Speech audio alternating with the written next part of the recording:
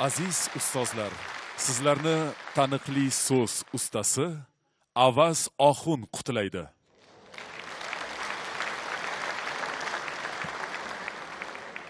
Rahmat. Avvalambor assalomu alaykum. Hurmatli ustozlar, murabbiylar, bugun mana shunday ajoyib bayramda sizlar bilan diydor ko'rishib turganimizdan bag'oyatda xursandmiz. Tanijoningiz sog' bo'lsin, umringiz uzoq bo'lsin. Vatanimiz baxtiga, yoshlarimiz kelajagimiz baxtiga hamisha sog' bo'linglar, salomat bo'linglar.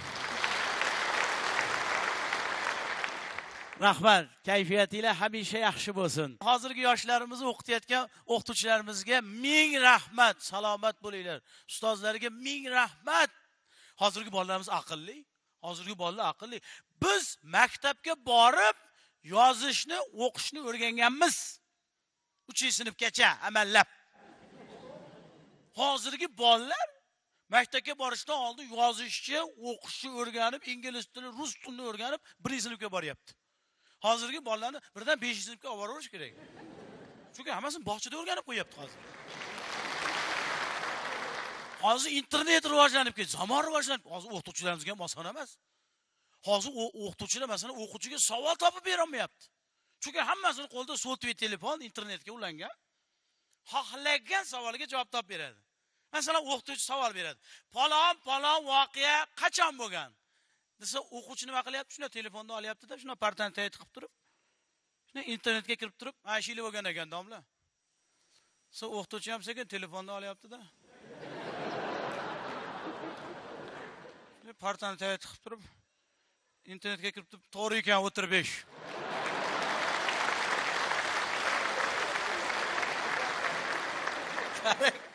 Hozir internet zamoni. Haqiqatda geografiya o'qituvchisi o'quvchini doskaga chiqaribdi. Hop, to'ychi yebsan, meni qo'shnim bo'lasan. Men senga bitta savol beraman, o'sha savolga javob bersang, sinfdan sinfga o'tkazib yuboraman. Qo'shnim bo'lgani uchun senga oson savol. Yaxshilab eshit. Yer sharining shakli qanday? Desa, haligi bola ham birdan telefon qidiribdi. Qarasa telefon qolib ketgan, xaritaga ko'zi tushib qolibdi-da. Yer sharining shakli to'rtburchak, domla. Siz to'ychi o'ylab javob ber. Qo'shnim bo'lmaganda burchakka turg'izib qo'ygan bo'lardim hozir. Qara, savolni qaytaraman. Juda ham oson savol. Aylana shaklidagi tushunyapsanmi? Qo'limga e'tibor berganda mana javobi o'zi bilan aylana shaklidagi yerning shakli qanday? Uchburchak. Chiq sinfdan. Bir baho ham qo'ymayman senga, chiq. Qo'shnim bo'lsang o'zingga chiq. Sahali bola ham chiqib ketyapti. Baqirmen, nomli. Bitta yer shariga shunchalikmi? Qo'ni-qo'shni odam ko'z-ko'zga tushadi, yer dumaloq ko'rishib qolarmiz.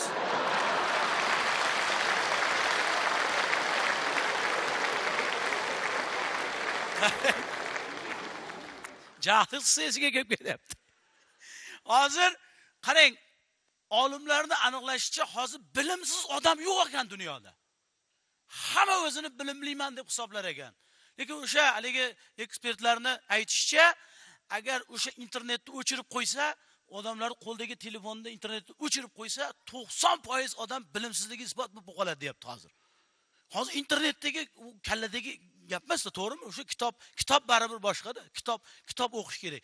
Bir akamiz kitob o'qib o'tirsa, o'g'li kirib, "Ha, dada, internet ishlamayaptimi?" shunday. Hozir talabalarning qo'lida ham telefon. Endi shu telefon, endi bu arzon emas bu telefon ham.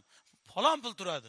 Bir talaba yigit bejara yemay, ichmay, avtobusga chiqmay piyoda yurib, amallab 1 yil pul yig'ib, sotib telefon olibdi, qimmati yapalog'idan, taxtakachga o'xshagandan. Shu telefonni olgan kuni xursand bechara.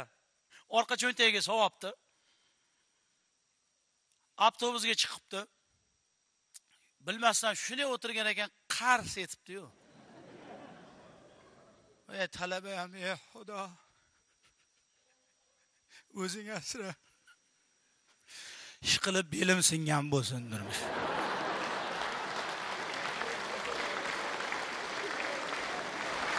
Ustozlarimiz sog' bo'lsin. Bayraminglar muborak bo'lsin.